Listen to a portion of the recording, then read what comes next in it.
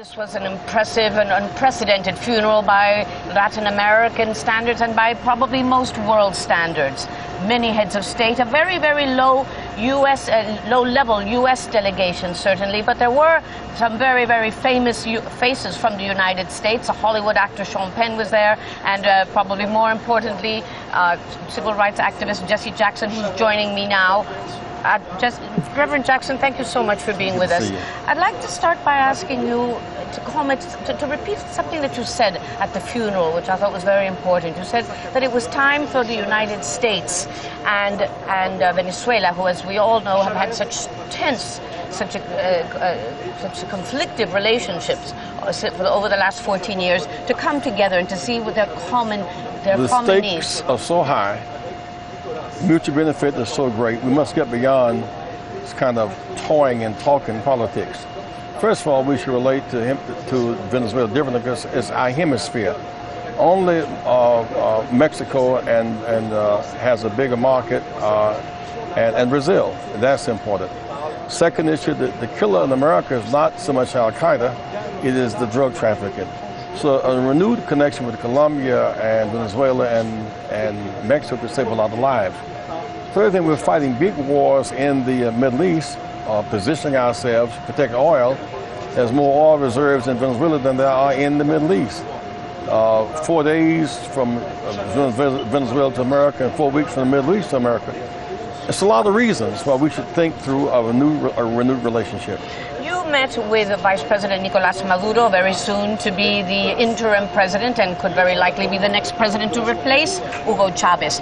Did you get a sense from him that finally there could be an interest on the part of Venezuela to come closer to the United States government? That's my impression, but there are two things he keeps saying and said publicly today. Is one, this issue of mutual respect. After all, this is the region of the world where the Banana Republic ruled, and America were the allies of the landed gentry. We were the allies of the oppressive status quo. So you have a whole generation of leaders in this region of the world who are demanding that they focus on the poor, even theologically, liberation theology, and that never again shall we conduct ourselves with an elite group and not take democracy seriously. I was rather surprised to hear you say also at the funeral in your brief address that you basically were supporting Nicolás Maduro. You seem to endorse him carrying on in the place of Hugo Chavez. Aren't you afraid that will raise a lot of eyebrows both here in Venezuela and in the United States? No, I think the issue there is that I'm supporting an orderly transition. You know, when presidents die, often there's a lot of disorder, a lot of chaos. Whatever they do, it must be an orderly transition for the sake of the people. I saw him brandishing about his Constitution today in his statement, and staying close to that Constitution and involving all the people is the way to go. But it would be inappropriate for me to endorse anyone in this race. But I would urge people to take a steep, a tough look at orderly transition. I remember in 2000, when George Bush lost the election and Al Gore won, the winner lost, the loser won. The democracy was more important than the winner, keeping the fabric of our body politic together. Democracy must be seen in a way that involves that kind of sacrificial leadership. Do you feel that there is some kind of a risk that there could be a disorderly transition here? It's still such a polarized country. Well, whenever there is an election, there's always that possibility. I get the impression that order is the order of the day in Venezuela, that the Venezuelans are beginning to find the value of democracy, the value of stability, the value of trade, the value of being forthright on the issue of involving women and Afro-Venezuelan, kind of multiracial, multicultural Venezuela. When I was here some years ago with President Chavez, I received the Liberation Award. And we met with African Venezuelans, we met with Jewish leaders, we met with labor leaders, we met with church leaders, we met with a broad cross-section of people. He subsequently had a meeting of African Latinos around from Mexico down to Brazil. So he had that kind of sensitivity.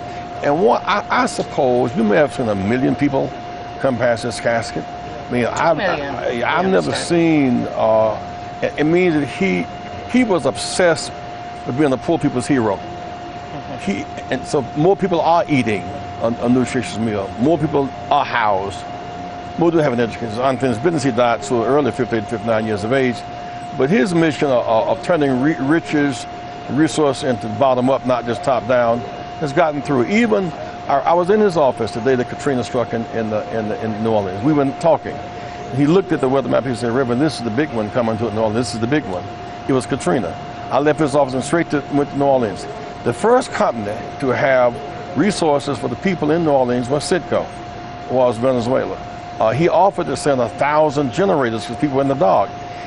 So Venezuela got to New Orleans before Bush got to New Orleans, as a matter of fact. Well, Reverend Jesse Jackson, thank you so much for sharing your thoughts with us. Thank you. Well, as you can see, and as we know, the president of Venezuela was loved and adored, admired by millions, but also he has his enemies, very staunch enemies. In just a very short time, Nicolás Maduro will be sworn in as the interim president. The opposition deputies will not be attending the ceremony at the National Assembly. They consider that this whole next step is a, quote, constitutional fraud.